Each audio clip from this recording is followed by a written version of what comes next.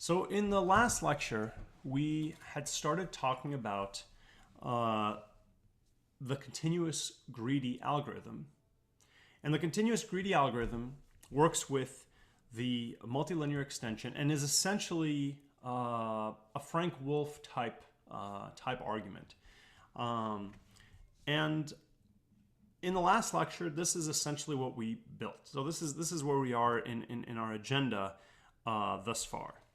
So, our general problem that we care about is we have a function f that is submodular and monotone.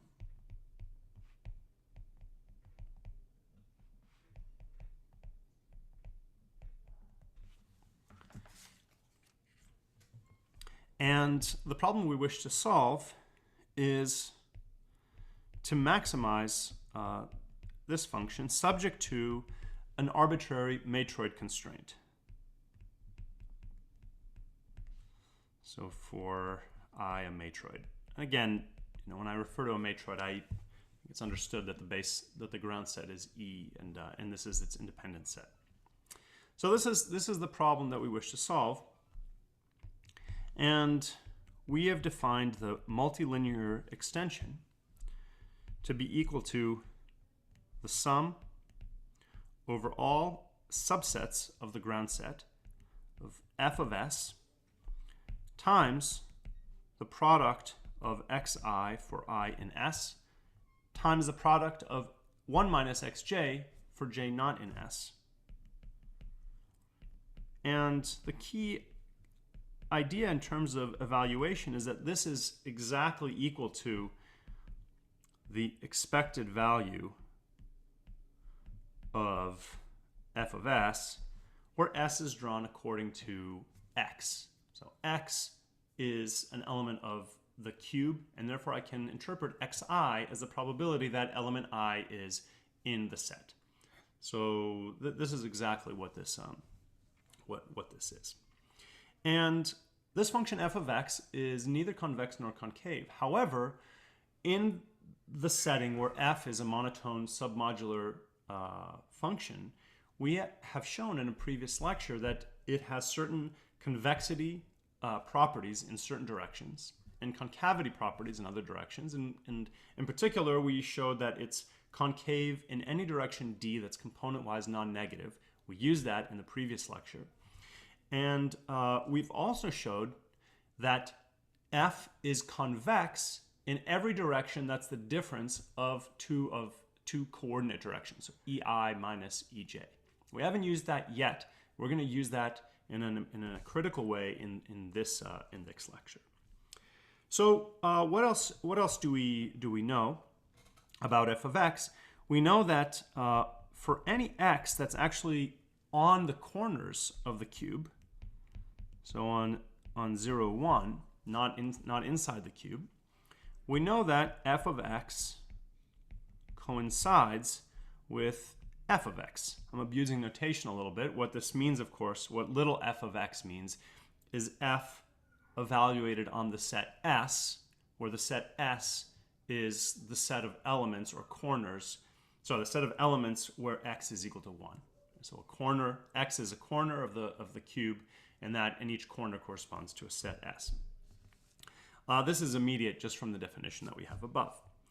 And so certainly this has told us that if instead of solving the problem we wish to solve, if instead we solve the problem of maximizing not little f, but this multilinear extension, f of x, subject to x in the convex hull of all the independent sets, which is, of course, just our independent set matroid, which we've indicated like this at times. Well, this is a relaxation, therefore it's certainly greater than or equal to the max of f of I subject to I and I, which is our problem. And the main result of the previous lecture was in showing that if I run the greedy algorithm, I started at 0, I run the greedy algorithm, if we denote its output by x of 1, so x of 1 the output of the continuous greedy algorithm, we saw that f of x of 1 is at least 1 minus 1 over e of what we called in the previous lecture opt, but to be clear, this is f of x star. So opt is this value on the left. And so this is greater than or equal to 1 minus 1 over e times the solution to our problem. I'll write that f of I star.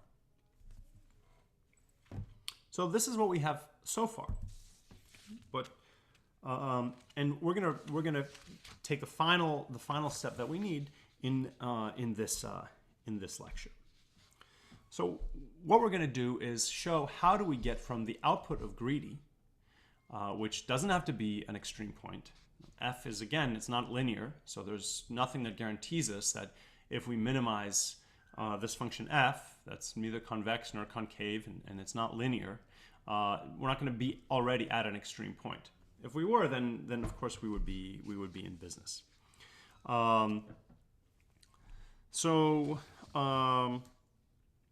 We're going to prove the following main result, which is going to complete our agenda. And the theorem says the following. It says that there exists an efficient rounding procedure such that for any submodular function f and any matroid with independent set I and any point x0 in the independent set polytope of the matroid, the rounding procedure outputs a set S that is an independent set such that f of s is greater than or equal to f of x0. So this theorem is going to give us exactly what we need, because we're going to plug in x of 1, which is the output of the continuous greedy algorithm. We know that f of x of 1 is at least 1 minus 1 over e times f of I star, the optimal solution to the problem we wish to solve. And this rounding procedure is going to give us an s, so that f of s is at least as good as f of x of 1.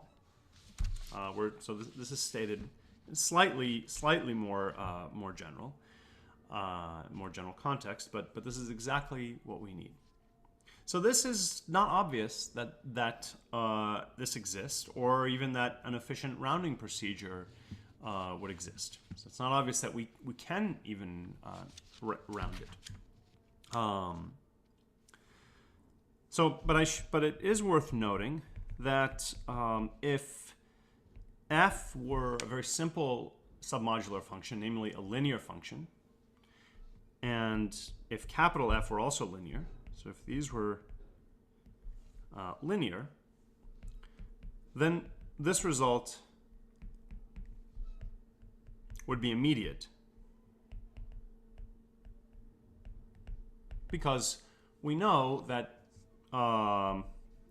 any x in the independent set polytope can be written as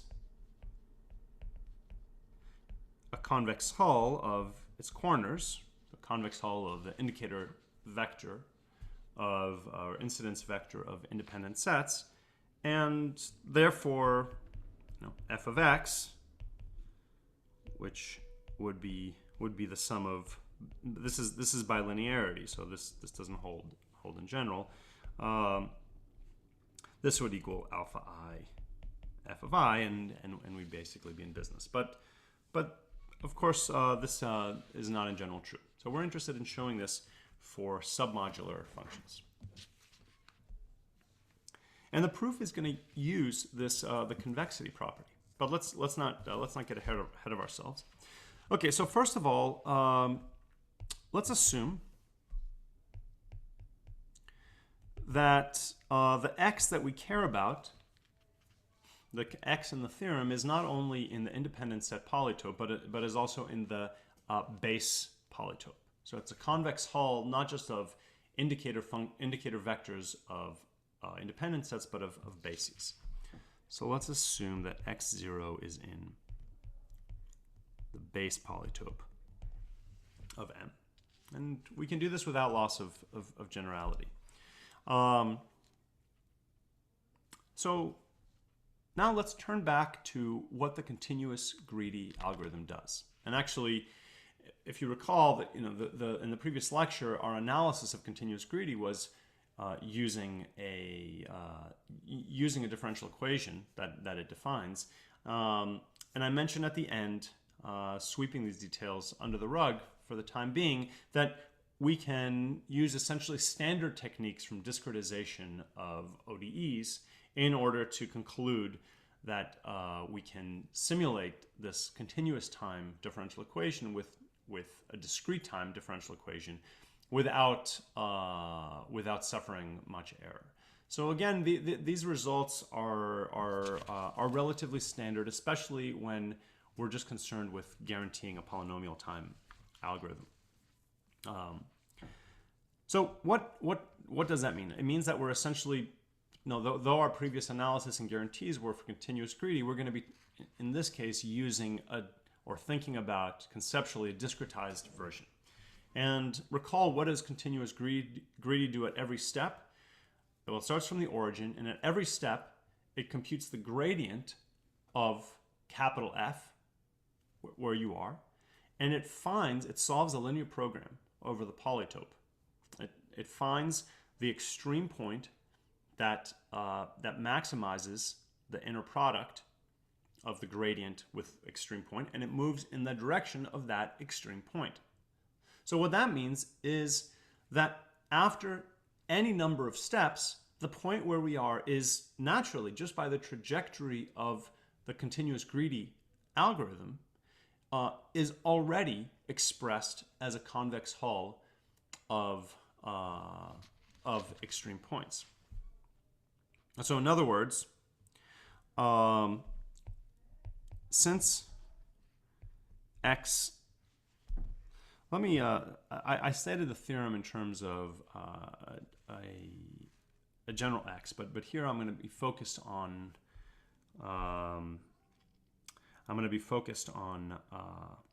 the x that's produced by continuous greedy.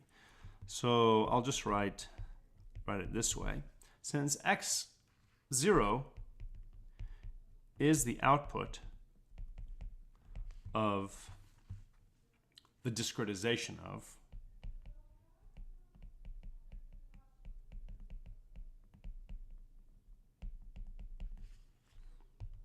the continuous greedy algorithm,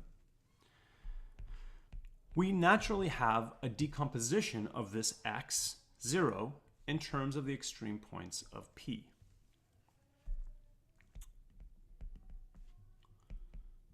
So we have from the algorithm itself the fact that x is equal to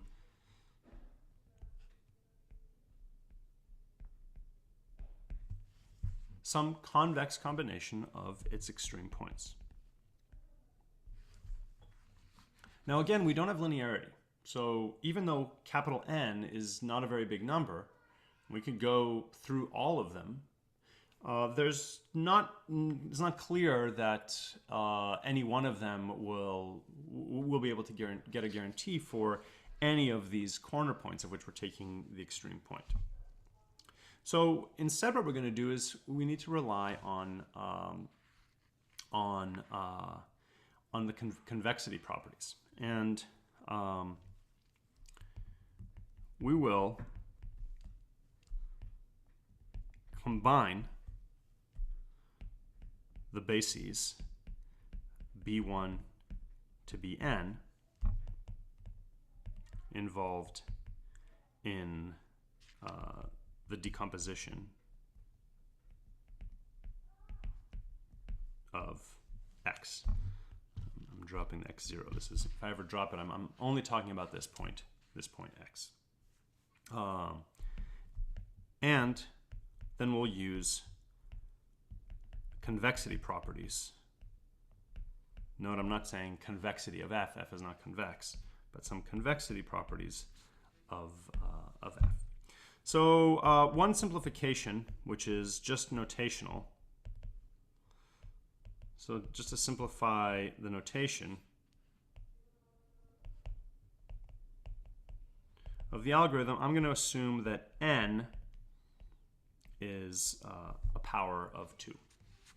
And essentially it's just because the way that this algorithm is going to work, I'm going to merge the bases into 2, and then I'll have n over 2 left, and then keep merging.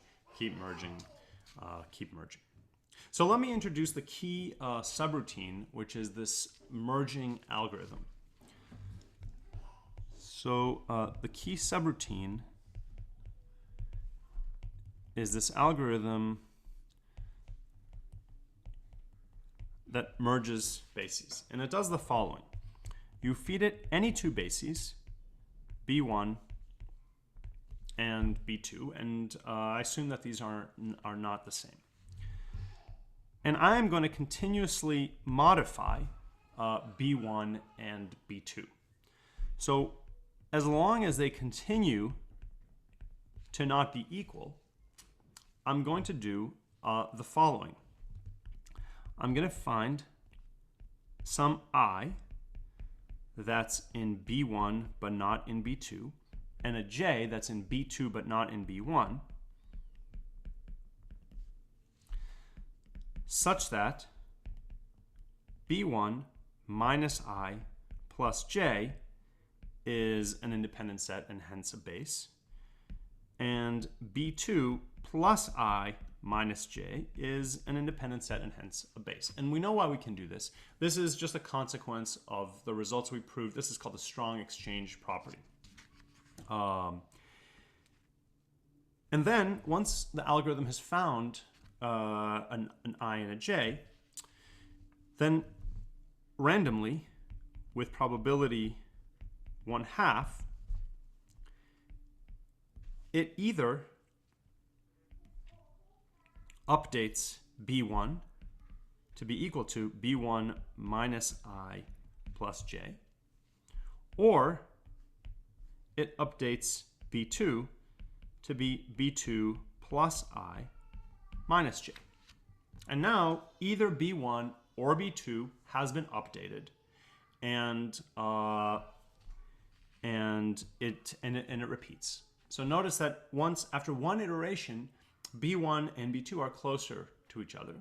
And then finally, when b1 and b2 are equal, it just outputs b, which is equal to, it outputs b1 or b2, whatever you like. So then finally, we output b1, which is equal to b2. So let me just quickly illustrate one run of this algorithm, of this procedure. So this is how we start with b1, and we've seen this picture many times before. So this is, let's call this b2,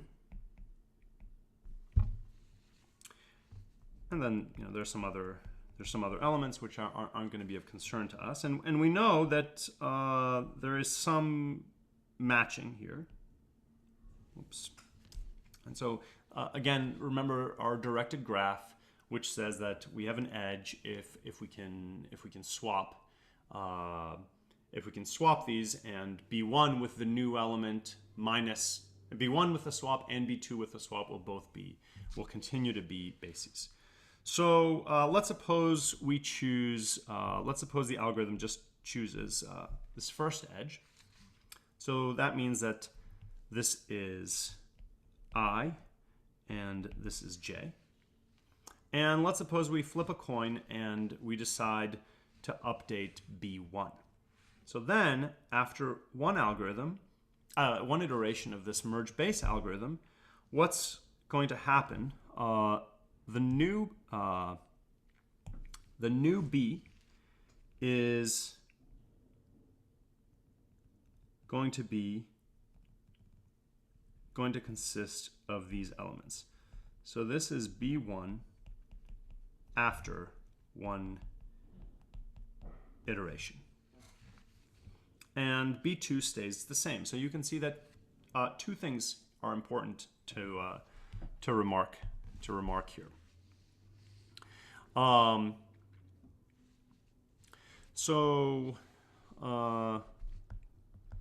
two things I want to note is, first of all, that b1 and b2 have come closer together, but also let's look at this I and j. The I and j will never again play any role in this algorithm. And that is because I is now forever gone. It's not in b1 anymore, and it's not in b2. It wasn't in b2 to start with. So my point here is that the pair I and j is chosen only once. Or actually, I want to say something even stronger. I and j participate in the algorithm. They participate only once. And that is because I is no longer in the updated union. This is the updated. Right? And that means it will never get chosen again. And also, j is now in the intersection. Again, b1 is updated. And so since it's in the intersection, it will never leave the intersection, and it will never get chosen again. So every I and j here can only be chosen once. So this algorithm proceeds. In the first step, it'll find a pair I1 and j1. And in the second step, it'll pick I2 and j2, then I3 and j3, and so on until it concludes. And all of these elements chosen, all of the ILs and JKs, are going to be distinct from each other. So that's important. And in particular, we can write this output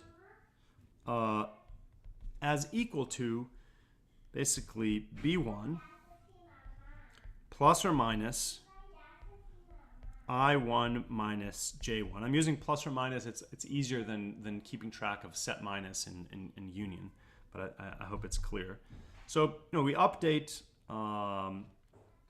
This update is B1 either gains or loses, and so on. It basically goes on in this way.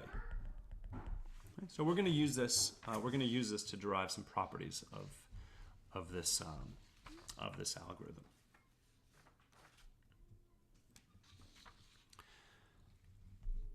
Okay, so the key lemma we need to prove now is the following.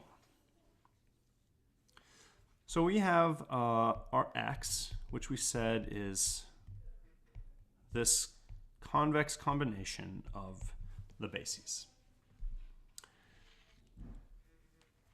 And let's now pick any two bases. And for notational convenience, I'll just let them be b1 and b2. So pick b1 and b2 out of this list, and let b be the output merge basis of b1 and b2. Note that b is random. There's randomness in the algorithm. So this is a random variable, but this is the output. So the lemma says that the expectation over the randomness of the merge basis routine of f of, basically it says, what I'm going to write down, it says look at x0 and take out b1 and b2 and replace each of them with this random b. So in other words, I'm going to take out b1 and b2 and add twice b. And I can just write that as x minus, I need to adjust by 1 over n here. So I take out b1 and I take out b2. And then I have to add back twice b, which is the output of the algorithm. And this is greater than f of x. It's greater than when we started in expectation. This is the key lemma, and you can see what's going to happen here. Once we've proved this lemma, our path is straightforward. We're basically going to take our n bases, merge them into n over 2, merge those into n over 2, and continue in that way until we're left with just 1. And in expectation, that last base is going to have a greater than or equal to value to what we originally started with, f of x0. And then we're basically in the clear, because we have an efficient way to sample from a distribution whose expectation is at least f of x0. Okay, so the proof is straightforward, and it follows from convexity and basically the Tower rule and conditional expectation that's going to allow us to just analyze one step of this algorithm. So so in other words, what I've written here, this is equal to the expectation. And now I had written out plus or minuses here. That's the randomness. So let me call those random variables C1 to CL.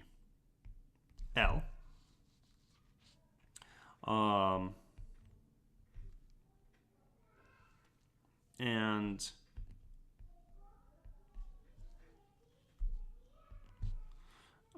write this as f of x plus 1 over n. What I'm trying to do is really just write out all of the individual steps one at a time. And then by the Tower rule conditioning, I'm just going to look at the impact of one step. So let's try to do that. ei1 minus ej1.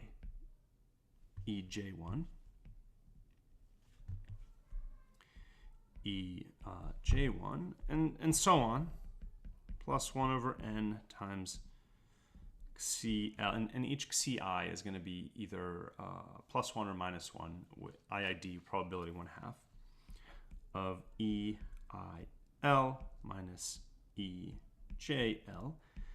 The J's are what was produced by the algorithm. And this is, I can write this as the expectation over the randomness in the first part of the algorithm, and then look at the one step at a time.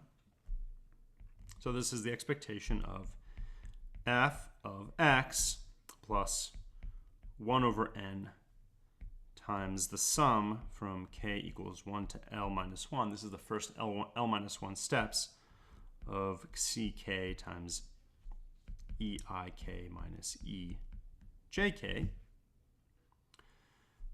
plus the last step, 1 over n times cl times eil minus ejl, conditioned on c1 to cl minus 1. This is just the standard Tower rule. And then, if we look at what's inside, this expectation now, just by convexity, so recall that f is convex because little f is submodular along all directions d, which are equal to ei minus ej. And so by convexity, what's inside this expectation is greater than or equal to, and therefore the entire expectation is greater than or equal to f of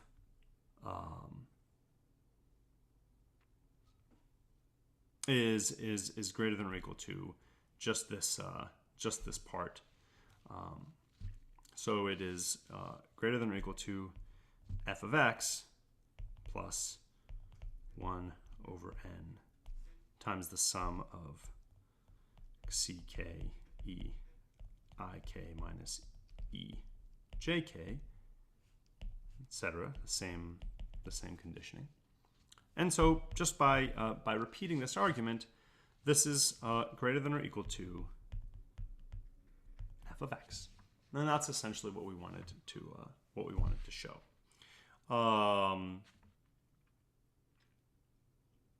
So just to be clear here, to clarify this, to make sure we all understand, what I'm using is the fact that the expected value of f of x plus 1 over n times xc ei minus ej,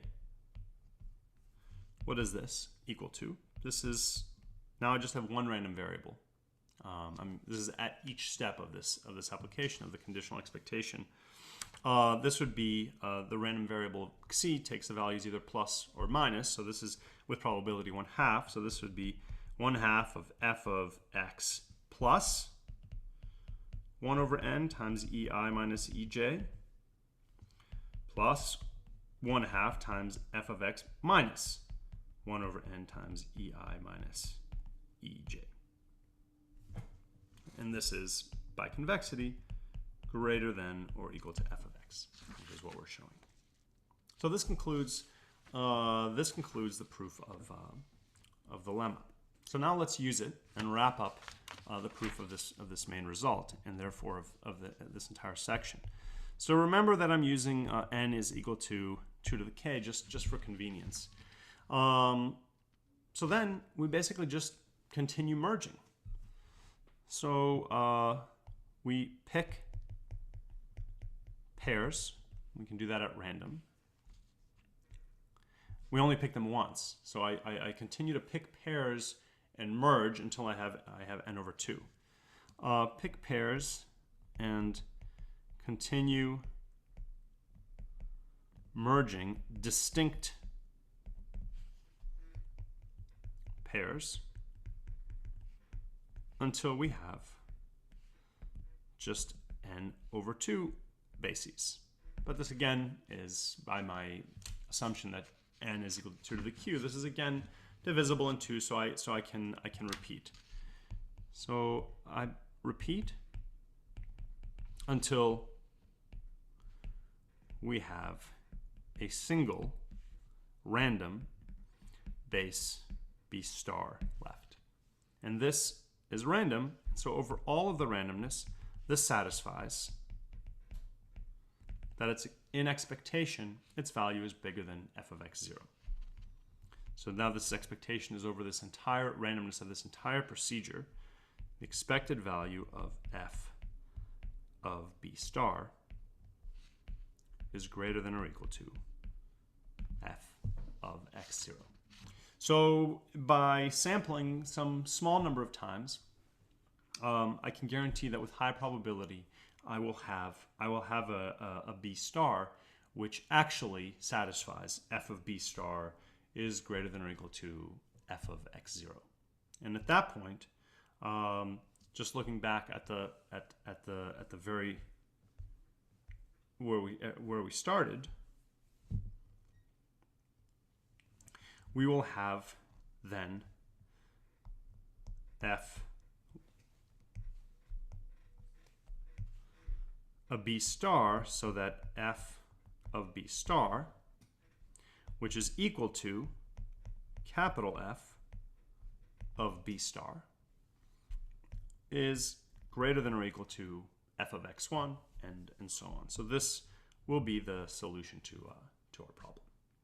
So we now have a 1 minus 1 over e approximation for maximizing a submodular function, a monotone submodular function subject to an arbitrary matroid constraint. And again, we know by for example, the max k cover argument that no efficient algorithm can do better unless p equals np. So that concludes this segment.